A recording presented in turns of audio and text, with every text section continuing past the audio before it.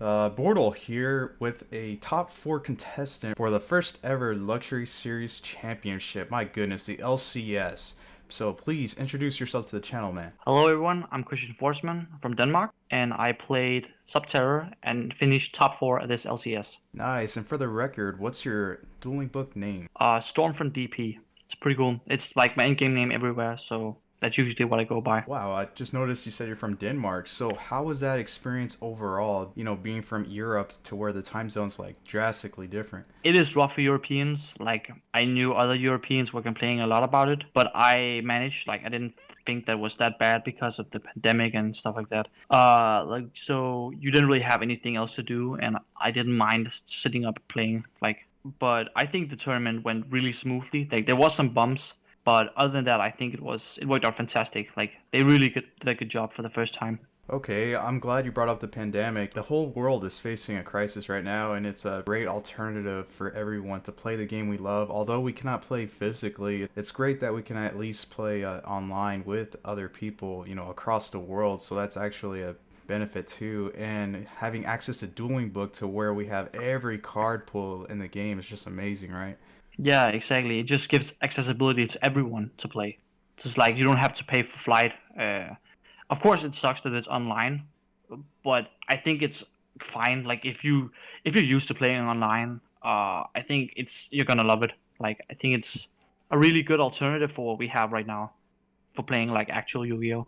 That is true. I've noticed a lot of people are turning away from the game. They're just like streaming videos and all that. But I honestly think they should at least consider to spend some type of a time, grinding and actually keeping up with the game to see what the game's going to evolve to once this crisis like goes away, right? Yeah, definitely. I definitely agree. Although you did finish top 4, like how was Swiss? How were the rounds and everything? Like time management? I was very nervous when going into this event because of the time and everything. If the voice chat was going to be fine, like if there was going to be technical issues all the time. So it was like there was a lot of things that there was a lot of issues that could happen, but fortunately nothing happened. Like nothing crazy happened.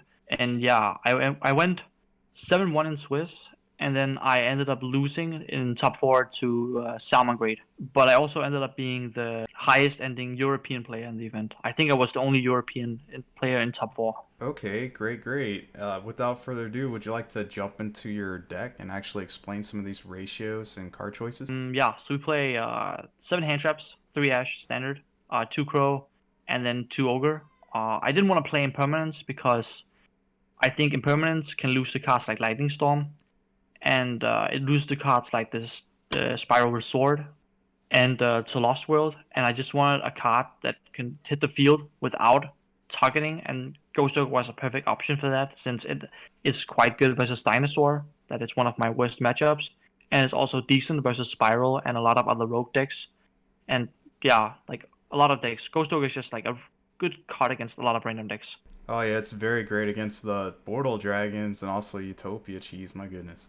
Yeah, exactly. Yeah, then the 8 standard Subterror monsters. For spells, it's also like extremely standard, so it's like 3 Part of Extravagance, 3 City with Terraforming, and then 2 Duality and 2 Call by the Grave. Only 2 called because I played 2 Crow in the main.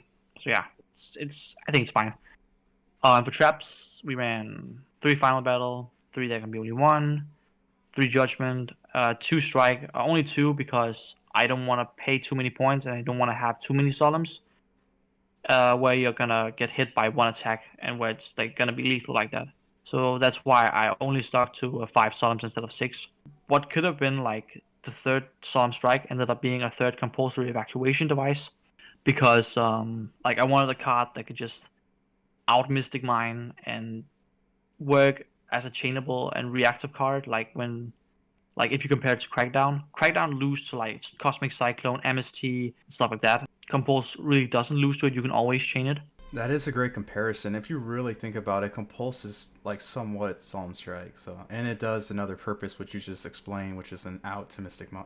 Yeah, I mainly played for the out of Mystic Mine because I don't play any spell and trap removal in my deck. And the reason why I would do that is because of Mystic Mine. So I just think Compulse is like the better option here.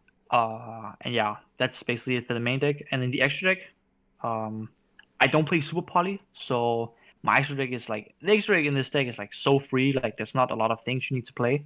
So you can like kind of play it depending on your side deck choices or main deck choices on like the meta in general. So for what I decided to do, I decided to play 3 Mega Fleet and 1 Fortress. Mega Fleet and Fortress both are great against Cyber Dragon to give you a huge edge over that deck. But I mainly played for the Infinite Gates combo.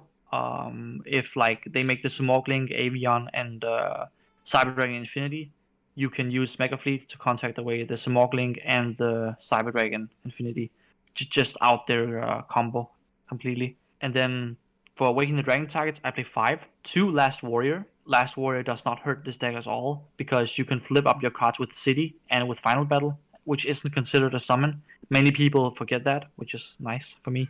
And then 2 Ultimate Falcon against Salmon Grade and Control decks. It's really good, really good. And then 1 Megaclops. This is probably like the most interesting card in my extra deck.